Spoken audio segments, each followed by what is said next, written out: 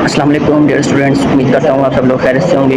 मैं हूँ आपका दोस्त अब्दुल्ला और आप देख रहे हैं मेरा YouTube channel the job update and test preparation express. दोस्तों, पंजाब पब्लिक सर्विस कमीशन के अंदर डिफरेंट जॉब्स अनाउंस हो चुकी हैं, जिसके अंदर एडवर्टाइजमेंट 24 अगस्त 2025 को शाया हुई, जो कि Punjab public service commission Lahore के तहत 2025 की एडवर्टाइज नंबर 34 है। अब हम बात करते हैं information and culture department Punjab council of the arts. Punjab art council के लिए ये वैकेंसीज अवेलेबल है। 323 नंबर पर मैं इसको जूम कर देता हूँ। 323 नंबर पर 4 पोजीशंस, चारों ओपन मेरिट। 16वें ग्रेड की असिस्टेंट अकाउंट्स ऑफिसर के लिए 16वें ग्रेड की वैकेंसीज अवेलेबल हैं, जो कि कॉन्ट्रैक्ट बेसिस पर होंगी। 3 साल के लिए इनिशियल आपका कॉन्ट्रैक्ट किया जाएगा, जो कि 5 साल तक एक्सटेंडेबल होगा। इसके लिए कौन कौन सी क्वालिफिकेशन रिक्वायर्ड है? इसके लिए एमकॉम यानी मास्टर्स इन कॉमर्स, एमबीए यानी कि masters in business administration with specialisation of finance.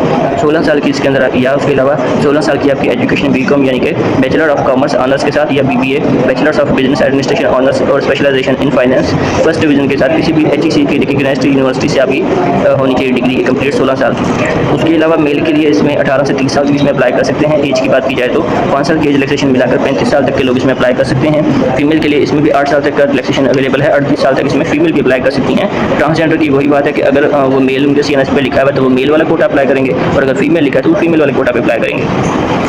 Gender की बात करें इसमें तो मेल, फीमेल और ट्रांसजेंडर तीनों अप्लाई कर सकते हैं कि ऑल पंजाब के डोमिसाइल होल्डर इसमें इजीली अप्लाई कर सकते हैं। सिर्फ पंजाब के अंदर किसी भी जगह पर इनकी पोस्टिंग रखी जाएगी।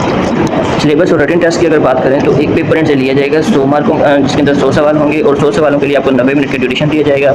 और इसके लिए सिलेबस उन्होंने एक ही चीज़ मेंशन की है यहाँ पर, सिर्फ और सिर्फ accounts and finance related question आपसे पूछे जाएंगे 100%। ठीक है जी। पॉलिसी के अंदर हमारे पास दूसरी पोजीशन जो मौजूद है 324 नंबर पर, वो असिस्टेंट एडमिनिस्ट्रेटिव ऑफिसर डिस्ट्रिक्ट या डिविजनल लेवल पर रखा जाएगा, जिसकी टोटल 8 पोजीशन है।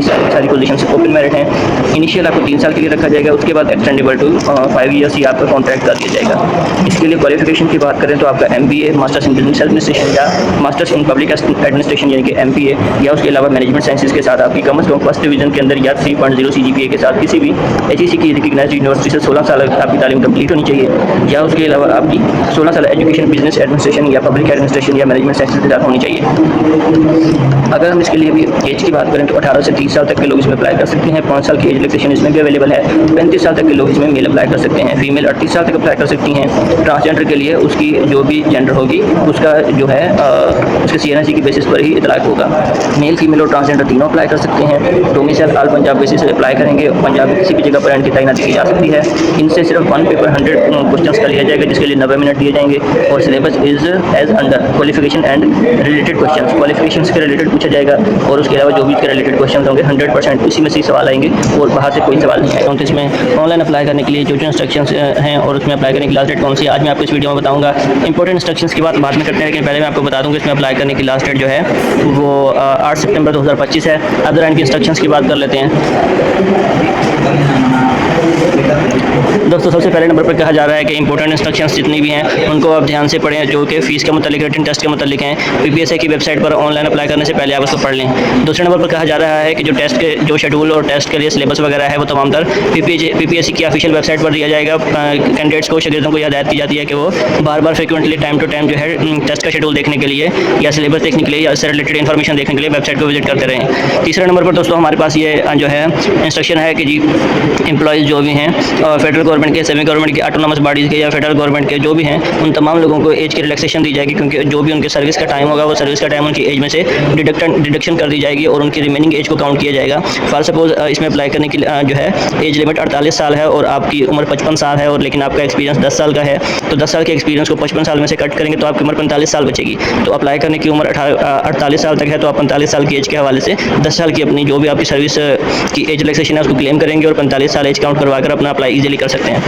तीसरे नंबर पर यह है, और चौथे नंबर पर जो हमारे पास है उसमें यह कहा जा रहा है कि वो तमाम तर कैंडिडेट्स जो ये क्लेम करते हैं कि हमारी क्वालिफिकेशन जो है वो डिग्री के इक्विवेलेंट है, तो उनको ये हमारी जो है वो एजुकेशन फॉरेन है लेकिन इस डिग्री के इक्विवेलेंट है, तो उनको चाहिए कि हायर एजुकेशन कमीशन से इक्विवेलेंट सर्टिफिकेट लेकर जो है इंटरव्यू के टाइम पर प्रोवाइड करें, या जब भी आपसे मांगा जाए तब प्रोवाइड करें। और उस डिग्री उस सर्टिफिकेट को क्वालिफिकेशन इक्विवेलेंस डिटर्मिनेशन कमेटी और कंसर्न डिपार्टमेंट खुद उसको यानी कि वेरीफाई करेगा और उसका फैसला ही हतमी कमीशन का फैसला हतमी समझा जाएगा।